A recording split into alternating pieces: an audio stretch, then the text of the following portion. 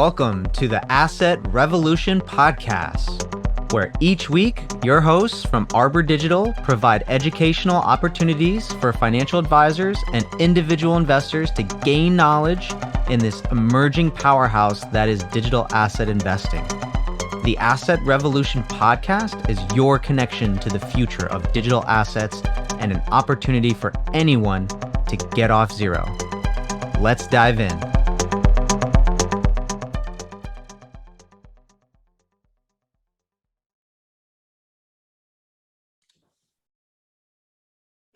Alrighty, welcome back everyone to the Asset Revolution podcast.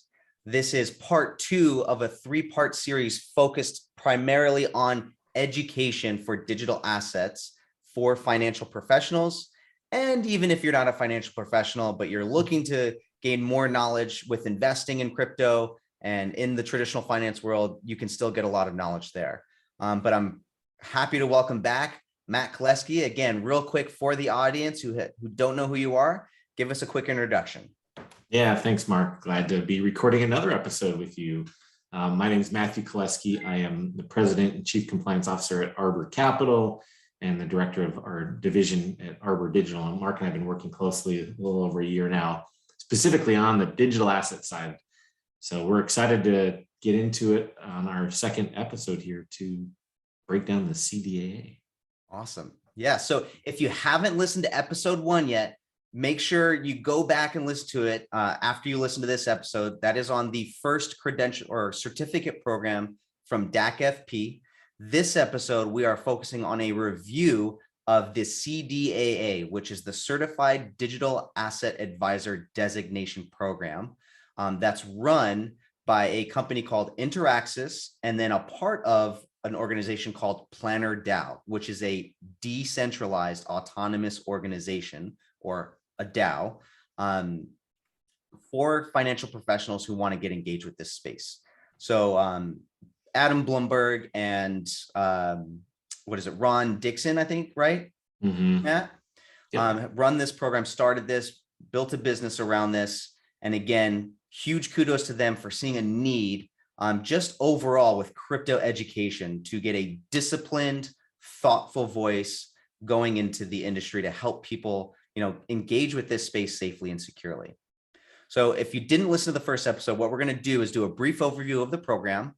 Matt's going to do a little deep dive on the content piece, and we'll go through just the specific sections of the course.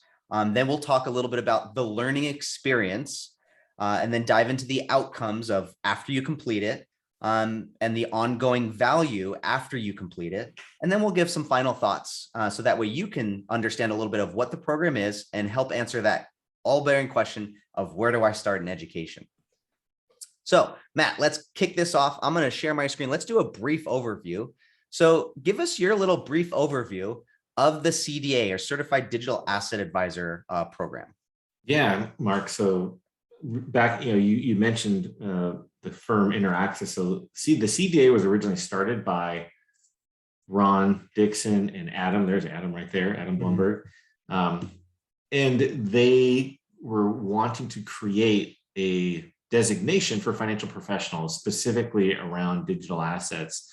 And then they get deep into it with DeFi and actually a lot of on-chain types of education components. But for me, or real quick, the overall coursework, right? It's online, it's live. You have live sessions, so it's a little bit different. You have to be there. I think I went through cohort 6 of the CDAA, but it really gets deep into digital assets, literally, setting up MetaMask wallet, understanding, how transactions on chain work. And so it goes pretty deep into it. And so that's probably one of the best aspects of this class is you really sink your teeth into the meat of what it means to interact with a blockchain.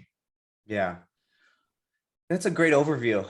I think if you go to, so we're going to help distinguish, because there's a lot of different moving parts with the CDAA program. So that's where, just to give the quick, just to build on top of that. So Interaxis is the company that has built it, and that's where Adam, you can see his lovely face here. So interaxis.io, you can go there. They also have a YouTube channel, right? So Adam does a lot of great videos, and I love his He's a wizard behind the curtain. I love when he talks and he gets into a lot of deep topics into crypto specifically.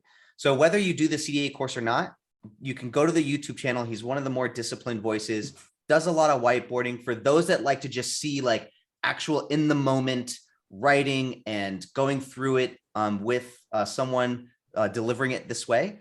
Great option. And we love kind of what he does. He's very passionate, great teacher, tries to explain it in simple terms to where people can understand. But that's kind of the first piece to the CDA program, just understanding that relationship with Interaxis, right? So the next piece I'll kind of talk about is Planner DAO. So the CDA is connected to a decentralized autonomous organization, or a DAO, called Planner DAO, which is a community.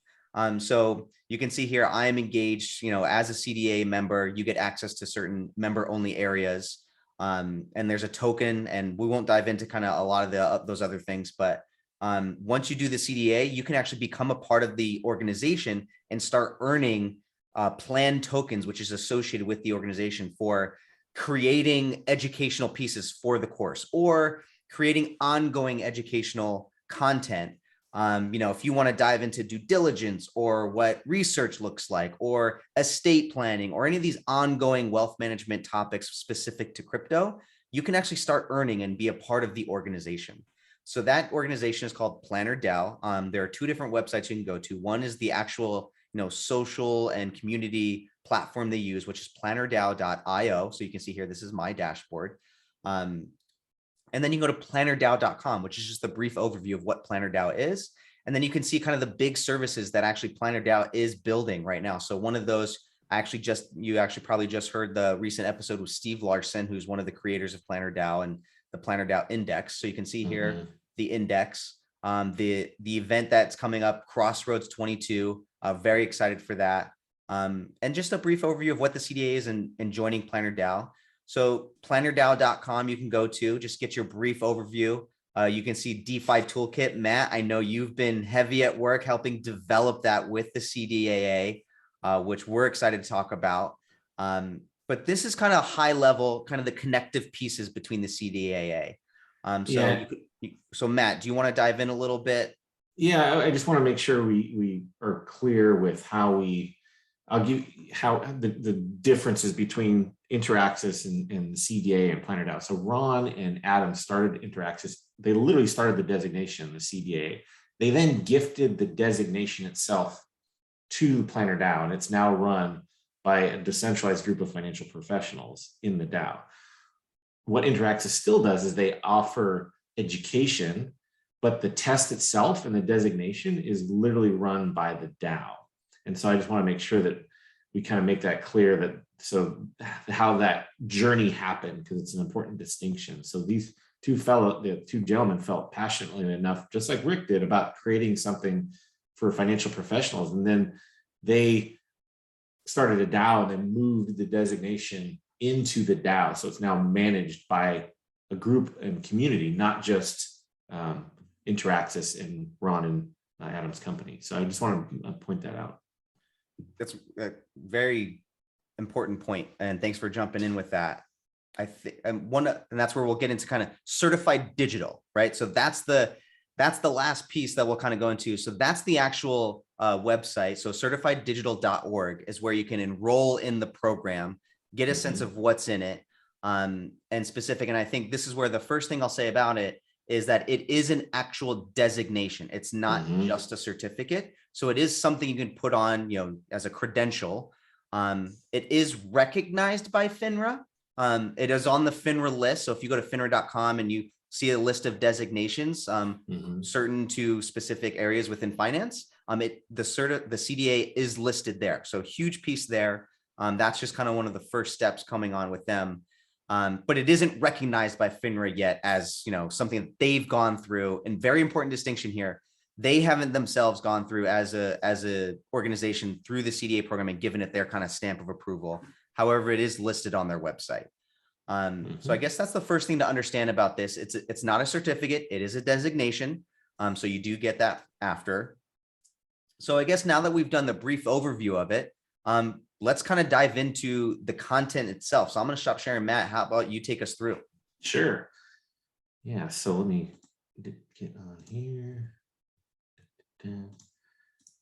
So I'm logged into kind of a test version here of what this looks like. And so you can get a sense, the CDAA is done in cohorts because there's a live component to it. So you literally have to enroll and then you have a start date. And so you'll start on a specific date and then you'll take your week, you can see week 1. And then at the end on a Friday, there is a live 2 to 3 hours, depending on the questions and how involved it is. But that really sets the tone on the Friday to kind of recap the week. You can ask all kinds of questions. And Adam, who we just talked about, really is available and will answer any and all questions you may have. So it's a very interactive experience, especially on that last week roundup. But you can get a sense here of how they kick it off with just understanding the Bitcoin basics, why it was created and getting into it, learning about it, how the hash works, proof of mining. You can see all of the different characteristics, features, if you will, of specifically to Bitcoin itself. And then of course, there's a link to the white paper, how to buy different crypto and so on and so forth. You can see, and then there's a week 1 roundup. And then if you can't make it for that week, it is recorded and you can access the live session, and view that as well.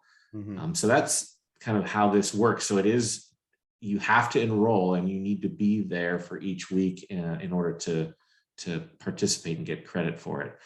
There is a quiz after each week as well. And you also have homework that you have to go in and complete, going in and setting up an exchange on or off ramp. So you have to actually go through and do some homework and complete it. So that's kind of the week 1, and I'll go into some of the other ones later. Mark, did you have anything that you want to add here on the content?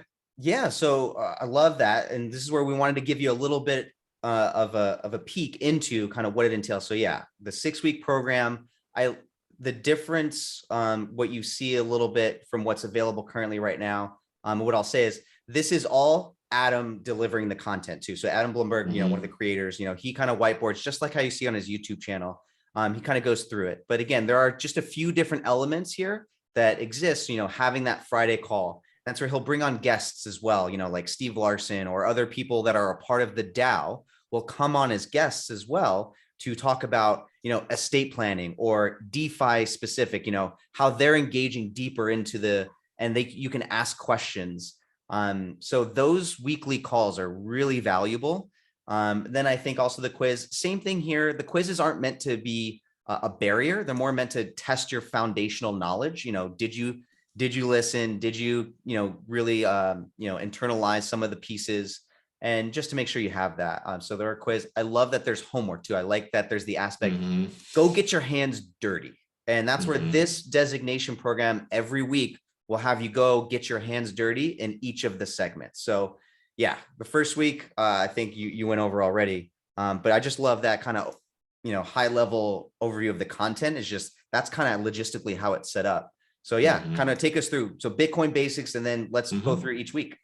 Yeah. So to start off with Bitcoin and literally learning, hashing, how that works, proof of work, because this is obviously focused on Bitcoin first to get it into distributed ledger technology a little bit.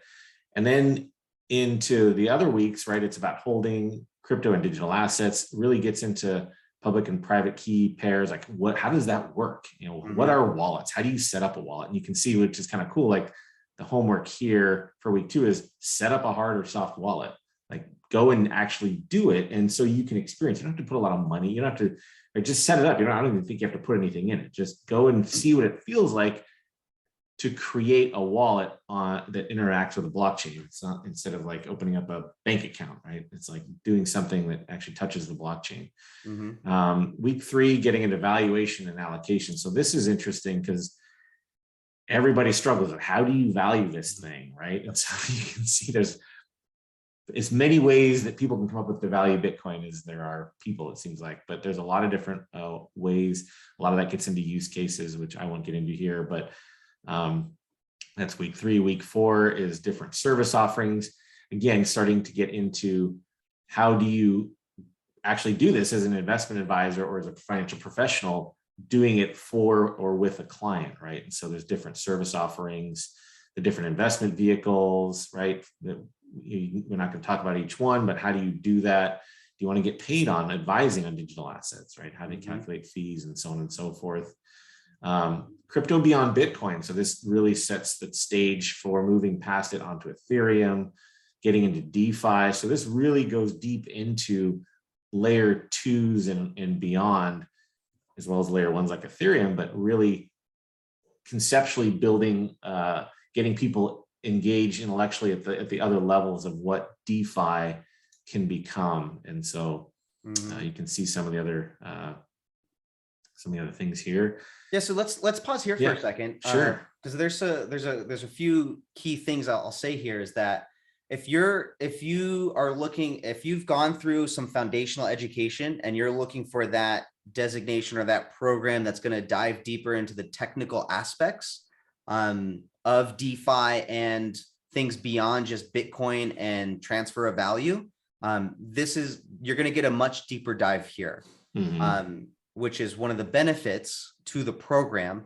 Is I think when you go through this program, I think what I felt, I was already crypto native, but if I were, just a new person and I were taking it and I were just starting off my journey, I would be a little intimidated and it would be a lot of information, right? Like, because I'm not crypto native. But if you're taking that journey where you're a crypto newbie, we like to call it. So if you're new to crypto, you're definitely going to get a little deeper dive and go into more of those crypto native things, like actually engaging with decentralized finance and using a decentralized exchange, transferring value, doing yield farming or anything. You're going to learn more about those aspects and those technical things, to where if you're a crypto newbie, you're going to get value there, but it may be a little intimidating. If you're a crypto native, you're actually going to still get value. You're going to still get a little bit more beyond just that foundational piece. Yeah, and it's a good point, because you're going to hear Adam talk about how a traditional financial professional engages with DeFi. And so some of the terms that, yielding and all these other things, how does it cross over into DeFi? And he'll talk about those.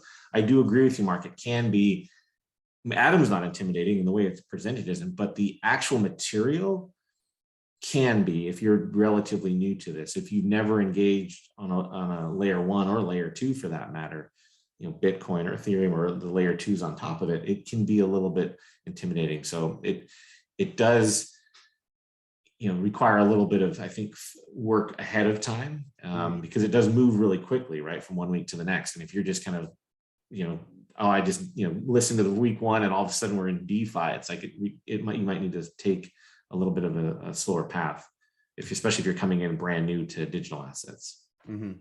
Yeah. Again, it kind of goes back to that thing I mentioned on the last episode, is with traditional programs, you may want to get through the content to get to the questions. And really that's how you learn a lot. This is both programs. You don't do that. You spend your time in the meat, and then the questions are kind of ancillary, just to make sure okay, let me test myself real quick. And again, they're not meant to be a barrier really, and they're not meant to trick you. You're not going to get any crazy things, but they'll push you a little bit. So I just that was a really important spot to kind of stop on. You're going to get into a lot of the technical pieces of DeFi and things beyond. And I think that goes on into the next places in the. Yeah. So just kind of wrapping up I think it's 6 weeks. So yeah, this is the last week, and you can see what it gets into here: stable coins, yielding in crypto, liquidity providers, security tokens. And so you really go deep into not just, DeFi, but into a lot of different aspects of what digital assets are and where they can go. And it does conceptually build, but you've got this foundational level. Now you're building on top of that and kind of getting a sense of where these things can really go. And so this course does really look to the future in terms of what that is, and how to interact with that as an advisor or financial professional with your clients. It's an interesting designation for sure. That's super important. So that kind of wraps up the content, Mark. I'm going to stop sharing here. Any other thoughts or comments on that? Yeah. So I think the final exam, right? So you finish up the difference. So what was the difference? I guess what's the final exam like, Matt? Yes, good question. So the final exam is 100 questions, and I I think you have to pass it with a 70 or an 80. Mhm. But yeah, it's it's a it's an exam that's, if you have absorbed the material, you shouldn't have a problem. But there's not a lot of trick questions in there, but you do need to grasp what these are at a fundamental level, and have a basic understanding of Bitcoin and Ethereum and what their ethos is and how they were launched, to get a sense of it. And NFTs get introduced, so you have to have an understanding of NFTs as well to be able to answer the questions and pass the test. So there's a little bit of rigor there for sure, especially if you're coming brand new to it. But no, I thought it was 100 questions. It was I did pass, so I was happy about that. Yeah, you and I both were in cohort 6 together, and we took the final exam. And again, I think this final exam does push you a little bit more in terms of what I've seen in other programs. You can't just kind of skate through the content because you're gonna get lost. So it really, I like the final exam as opposed to what's in the smaller quizzes. The smaller quizzes are a little easier, but then the exam pushes you a little bit. Again, nothing like traditional exams though, in terms of where you get triple negatives, and it's more can you read the there's this element of just, can you decipher the question along with what core learnings that you're trying to implement in that question. There's usually 1 or 2 core learnings. There isn't as much of, there's 3 different or 5 different core elements that you're trying to weave in together and figure out what's the best answer. It's not that entailed yet, but definitely one day it will be. We are just at the beginning. But yeah, so that's the content. So I guess let's dive into the learning experience. This is where we kind of talk about the logistics, just as a learner, what was the experience like? So Matt, why don't you kick us off? What was your experience like learning? Yeah, it was basically, you feel like you're almost in a classroom with a professor who's Adam, he doesn't wear his wizard hat in the live sessions, although he should. But you really get a sense of it. So if you prefer, book work or that type of thing, then you probably might struggle a little bit with it, because it is one person. Ron does jump in sometimes, and occasionally you see other people, but it's Adam with a whiteboard teaching you about all the different content that we just covered. So it's a very different learning experience. But he's a great teacher and he's a great educator. And I think one of the coolest parts about it, which we've already alluded to, is the live session. It's an open Zoom chat for 2 to 3 hours. Everybody can ask questions. And that is really helpful, because you can ask, the most basic or the most advanced questions and get a really good sense, and people can jump in and answer as well. Adam usually does a great job answering, but you get a sense of community around that, which is really important. So, that's kind of my biggest takeaways. And then the exam, I will say this, like, one of the great things is I had a few, some of the questions I said, well, there's other ways I could answer this, but what's cool is I could take that question, bring it to the DAO and say, which we can talk about what that means, is say, hey, here's a different way to think about that question. And it was specifically around Bitcoin as a settlement of payments. I said, there's a Lightning network being run on it. If you go to El Salvador right now, you can go to Starbucks and McDonald's and use Bitcoin to pay it. So anyway, what was cool about that though, is that you can interact with the people that are literally creating the exam, right? And so I wanted to kind of cross that bridge from the content itself over to what the Planner DAO is. But Mark, do you have anything else to add about the content and learning itself? Yeah, again, me, I'm a bit of a nerd when it comes to, education, learning. I love to learn. Part of my expertise is in developing programs. So I think one of the things that I've learned about just learning itself is that everyone's got different learning styles. So I think on the last episode, we talked about just the specific learning style it took for DACFP. I'd say if your learning style is more, I like to learn by doing, or I like to get engaged with what the content is and what the learning objectives are, rather than just consuming a video or consuming somebody else teaching it. There is that element here. But then there's also the homework, which kind of it's a forced version of, having to actually do what you're learning so you can actually internalize it. So for me, there's always got to be that, if I'm learning something and I'm going through a program, if there's no thing set up to where I have to internalize it, or it helps me internalize what I'm consuming, that's a tough spot for me to get past. So I think there's that mechanism of internalizing within this program, which I like, is that forced homework and then that Friday call to where you can hop on with everyone else in the program who did the same thing you did. And you can talk about, hey, here's what I learned. Here's the mistake I made. And here's the thing I did. Because one thing you're going to learn going into crypto is you're going to fail a lot and you're going to get more comfortable with it as you do it. And that's where you have a judgment-free zone to go and actually do the things with other people in the cohort, which is a huge value. So I think from a learning experience, it's a big differentiator with the CDAA that you get that through the homework and then also the Friday phone call, which I think without that homework, the Friday phone call isn't as impactful. So all the pieces are needed. You need that piece where, okay, I sit down, take notes and consume, but then I have the homework where I have to actually go do the thing. And then because you still don't quite internalize it, even if you go those first two steps, but then in that last piece of the week, which is that call with the cohort where you can learn from each other and see the mistakes and everything, that's that last final piece. I think it helps you internalize. So from a learning experience, I really enjoyed that piece of it. So if you enjoy that type of experience and learn, and that's how you learn, this is a great program for you. Yeah, that's a good point, Mark. The internalization of actually going through it and you saw some of the homework there, set up a wallet, right? Set up an on-off ramp into an exchange and literally experience that, right? Because that's what a client is going to experience. And so you have to be able to internalize that. Yeah. Well, interact with blockchain and digital assets natively instead of, through a different vehicle. Yeah. Because again, this space is so much theory, right? So much theoretical. And it's easy to conceptualize. When someone tells you this is what distributed ledger technology does, this is the benefits, these are the risks, you can conceptualize it. But when you go experience it and you can actually internalize those experiences and, have that go into actually learning it, is really important from a learning experience standpoint. So you definitely get that here. So let's talk a little bit about the outcome of completing. And I think this dovetails into kind of where a lot of the meat of this episode is going to lie. Is you complete it, then what happens? You pass the test. Hopefully you pass the test, you complete it. And then you have your designation, your certified digital asset advisor designation. Yeah.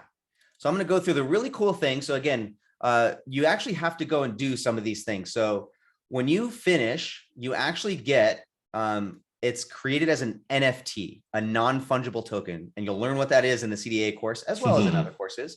But so OpenSea is one of the marketplaces for digital art and collectibles in crypto space. It's one of the most well-known ones. There are many others, but you actually have to connect your wallet. So you can see here that I actually have my wallet connected here, where I can copy, right? And when you connect your wallet, you can view all your NFTs. So for me, this is my CDAA designation NFT, right? So you can't copy it. It's got its own distinct code. No one can take my designation, which is really cool. And I can prove that I've taken this and I can authenticate it, utilizing the technology that we're learning about. So again, if you're looking for that program that's going to give you that kind of deeper dive into actually engaging with crypto, this is it. And so your designation is actually held as an NFT, which I thought was really cool. And then the next piece I'll kind of go into, Matt, I think where you get a part of when you finish the CDAA, when you enroll and you finish, you are now a part of the CDAA group, right? You're a part of the community. This is where you can see a bunch of the working groups here. So I'm part of the education working group at Planner DAO. Again, education I'm very passionate about. Matt's a part of a couple here. But you can see here is you get CDAA graduates and enrollees here within the Certified Digital Asset Advisor. And that's where you get access and you have to prove that you have your designation through the NFT. You cannot get access to this group without the NFT and that you've passed the exam, which I think, again, if you're talking about what the future is going to look like of designation programs and what the power of NFTs can bring, this is already, you're seeing a use case right now, right? Yeah, this is a really cool benefit to completing the CDAA. You get access to all these folks and like-minded financial professionals that you can engage with and interact with. And I think, yeah, one of the other things, and we'll talk about this too, but it's like it's important to highlight here, like this is an international group, right? There are folks from Brazil, from Europe, from all over the world that are getting involved with digital assets, and this is a community-led, community-driven group, not just for the designation, that you can engage with to talk to other financial professionals about digital assets, not just in the US, but in other parts of the world. So that's an important benefit that you get access to as a CDAA designation holder. Well, I love that. And that's a great segue actually into from the outcome, right, to what's the ongoing value of this program, right? Right. So you mentioned it. A lot of the ongoing value is the connection to the group, to the Planner DAO, right? To the you are now a member and you are a professional, and you can now engage and earn and be a part of this community. Right. So that's a lot of the ongoing value.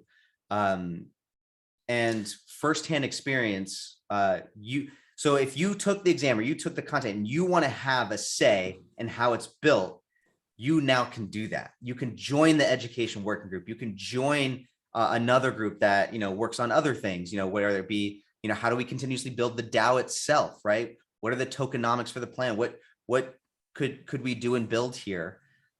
So I think that's a huge, and especially when we're looking at what does the future look like with financial professionals engaging and utilizing a lot of what's available and what's coming, through DAOs or through NFTs, through digital assets. You can actually get a firsthand experience of the power of governance within a DAO structure, right? Right. By engaging with this. Huge ongoing value. I mean, do you see similar things, or what do you see, Matt?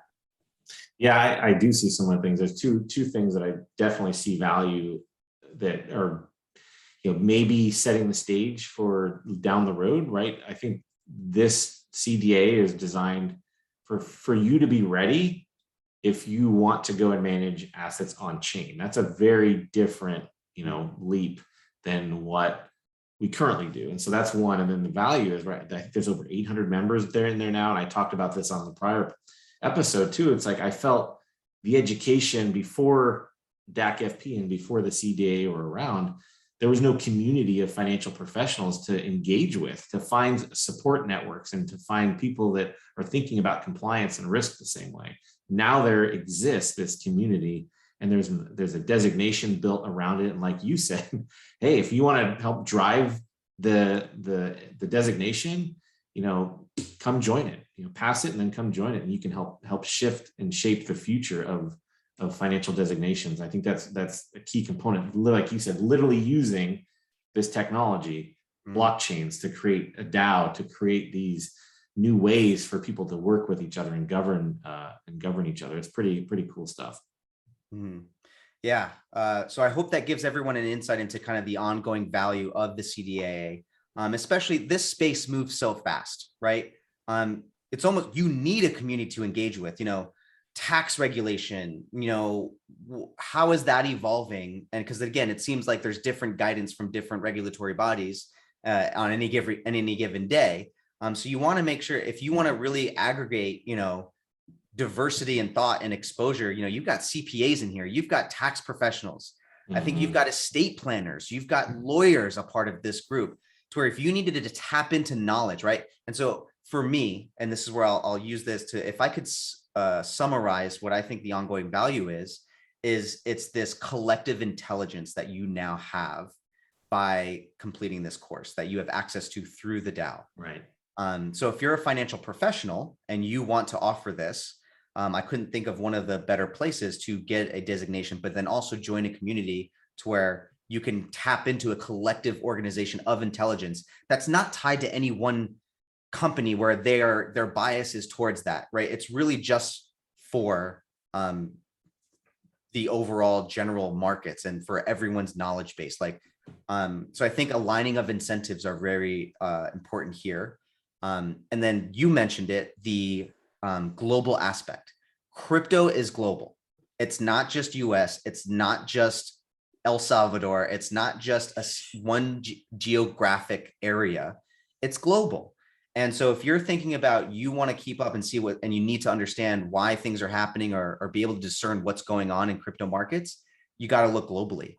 And if you're building a community, it's got to be global. And that's where, again, one of the value pieces I see is that being able to hear and, again, have diversity in thought from people in Brazil. We've had conversations. I had a conversation with a wealth manager and private wealth over in Canada who's had a deep knowledge, and she's going to come on to the podcast very soon. But that's just a very simple example of just the value that you get. And one other thing I'll add to that is the fact, and I think we've alluded to this on another one of the other episodes, is these markets, the digital asset markets, are 24/7, and they're global in nature, right? Anybody can access these things. And so when things are happening on a weekend or over holiday, you have a community you can go and talk to if you want to, right? Other designees you can reach out to literally in real time and engage with them to say, hey, what's going on? What are you seeing? And I think that's a really important thing to point out, because we take, what this is in these digital assets and we try to fit them into the traditional financial world. And here's an organization and a designation that is decentralized, using the blockchain technology itself to govern and to manage. And it's pretty compelling. And so I just wanted to point that out. And it sounds, I'll be honest, I've been in digital assets for a long time, but it was literally recently where somebody said to me about the value, like, these are 24/7, 365. And you always know that intuitively, but comparing that to the traditional market. So here's a designation organization that recognizes that and understands that and makes themselves accessible. And so it's really important to be able to have that. If you're seeing something in an off hour, you can reach out to somebody in the community and get an answer. It's pretty cool. Yeah. Well, and again, I think you're kind of going into, how we want to end this off, right? Which is our final thoughts on the CDAA program. I keep jumping the gun, Mark. Sorry. No, you're good. This is great. So yeah, I'll kind of add on, my final thoughts about the program. Kind of goes into, what I took away after taking this is I became more crypto native, right? And I feel like I'm crypto native, but this space moves so fast where it's easy to get behind in certain areas, right? You can spend all the time, even spending as much time as we do, and especially me, that's what I fully engage with, right? And this is where I've now, it's weird that it's like, man, what's going on in traditional today? Traditional finance, I'm so deep into crypto. And even with that experience, I still feel behind sometimes when I'm listening to certain things or hearing other people talk. So that's where, again, one thing I took away was understanding where the value is in terms of, our SMA and what our offer is. And this is where it's just, if you're going to allocate 1% to 5% and you're an advisor, it's not enough just to allocate. You need a team. You need someone who's going to be there. And you mentioned it, 24/7 markets. You need a community to help go to. This isn't traditional way that you've delivered an asset class or an investment allocation of assets. It's never been done before. It's never been done in these types of vehicles, right? And I think that's a big reason why a lot of advisors want the ETF. It's on traditional rails. You don't have to worry about things beyond traditional hours of operating. And that's fine. That's great. We are going to need that type of solution. But if you're going to become crypto native, which I came away, you're going to want to become more crypto native after this designation. It's important that you work with partners that are going to add value. And so that's kind of, it helped me come to narrow in on where our value is to our clients, our advisor clients, and what we really do for them, which is way more than just simply allocating. Yeah, well said, Mark. Yeah, that was awesome. All right. Well, so we're going to do episode 3. So you'll see that coming up. We're going to do a comparative analysis between these two big players in the education space. I think you've already heard a lot of it, but we're going to kind of give that just so you can understand kind of how we feel. And just when you're making that decision, again, the whole part of this series is to where, hey, answer that question. Where do I start on my education journey if I'm looking at designation programs? So Matt, anything else you'd leave our guests with after we've done these first 2 recordings? No, Mark, thanks for the opportunity to talk about the DAC FP certificate and the CDAA. And I'm looking forward to episode 3 where we can break it down and compare the two and go over that. All right. Thank you, Matt. Appreciate you sharing your experience. And for those listening, if you have any questions or want to engage with us, get to us on our website, LinkedIn, DM us. We are open to conversations. And we'll leave you until the episode number 3. In the meantime, don't forget to tell somebody you care about them today, and we will see you on the next episode. Bye, everybody. We appreciate you listening to this edition of the Asset Revolution podcast. I'm your host, Marc Nichols. Please don't forget to let us know how you like the show by rating and reviewing us on Apple Podcasts or wherever you like to listen. For more downloadable digital asset resources and educational opportunities, please visit us at arbordigital.io. We are here to help you get off zero safely and securely. Thanks again for tuning in, and be sure to tell someone you care about them. Cheers.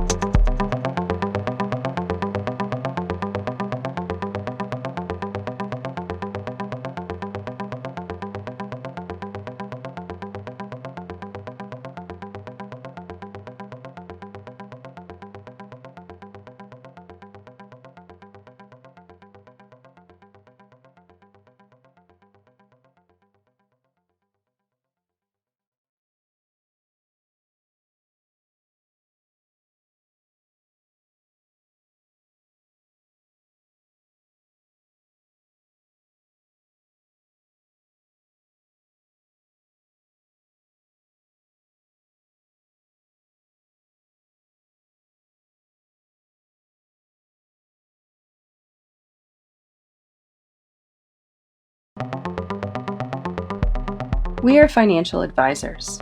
However, we are not your financial advisor. Unless you're under contract with or actively speaking with Arbor Capital Management or Arbor Digital, a division of Arbor Capital Management. This podcast is just that, a podcast. It is not financial, legal, or tax advice. If you have individual questions, please reach out.